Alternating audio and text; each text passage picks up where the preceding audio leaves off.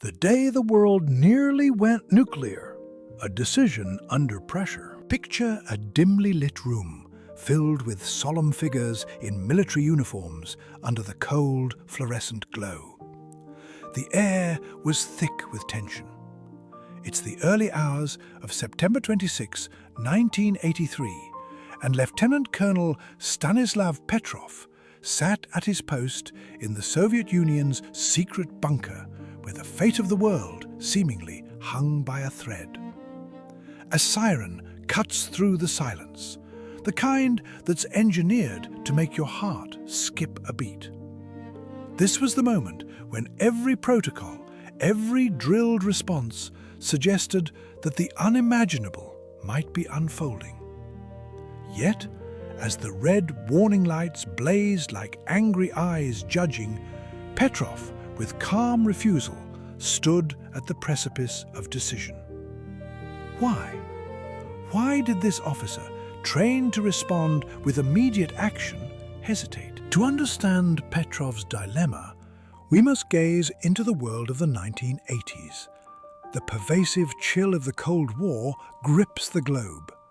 The Soviet Union and the United States are locked in a tense face-off that defines geopolitics. In this world, the fear of nuclear annihilation ceases to be a mere shadow. It becomes a palpable presence in the general consciousness. The nations were like coiled springs, ready to unleash catastrophic fury at the slightest provocation. Breeds an atmosphere of mutual suspicion and existential dread. Stanislav, stuck in the quicksand of this tense era, is more than a mere cog in a military machine. He symbolizes the human rational conscience against the automated escalation of war. Stanislav Petrov was no Hollywood protagonist. Instead, he was an officer who happened to be where the unpredictable currents of history flowed. A man of meticulous duty, yet of curious skepticism, he was stationed as a watchdog at the heart of Soviet defense, overseeing systems built to detect incoming nuclear threats.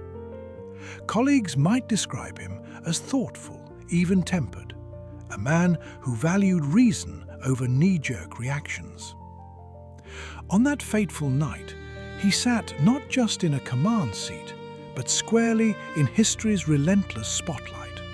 Armed only with the doctrines of training, a scientific mind that questioned everything, and the unfathomable pressure of possibly determining the survival of the human race. Imagine, if you will, the sudden jolt of a warning signal indicating incoming missiles from the United States. Red points lit up the screens, 5 symbols of doom soaring toward the Soviet Union. Procedures demanded an immediate report to superiors. But amidst the chaos and escalating urgency, Petrov hesitated. Could this be a colossal system error? He scrutinized screens and analyzed data with a mind tempered by both responsibility and rationality. In those nerve-wracking minutes, his mind churned over variables and potential false signals. The system, his training told him, was unreliable. And so, under crushing pressure, he made a gut decision. He decided it was likely a false alarm. A guess, maybe, but one that carried the weight of the world. As the alarms continued to blare, one might imagine the room filled with frenetic energy, as if the walls themselves clamored for action. Petrov, however, was resolute in his judgment. He did not alert the higher-ups, a decision dripping with severity. His mind raced with the implications of being wrong. A swift nuclear exchange, millions dead, a world engulfed in fire. Yet, he held fast to a conviction that the human element of logic, intuition, should prevail over blind mechanization. Such disobedience in the military could spell disaster for one's career. Yet Petrov dared to defy the tyranny of protocol. This tenacity, his refusal to act on mere machine output, speaks volumes beyond his small physical stature. The truth behind the Phantom missiles soon emerged. A rare alignment of sunlight reflecting off high-altitude clouds misled the satellite system. It was an error as astronomically improbable as it was innocent. The confusion gradually subsided, leaving Petrov unharmed yet haunted by the might-have-beens. Whispers, then stammered voices, conceded that disaster had been narrowly avoided. Colleagues began to confer with awe over averted calamity, the room slowly regaining its usual hum of activity.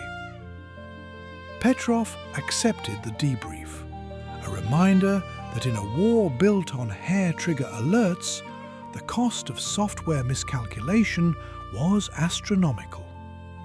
His act of bravery all but unfolded under wraps, known only to a select few for many years. Years passed, and the world turned, often unaware of how close it had come to the brink. Petrov's story lingered in obscurity, only later acknowledged as an instance where human reasoning saved civilization.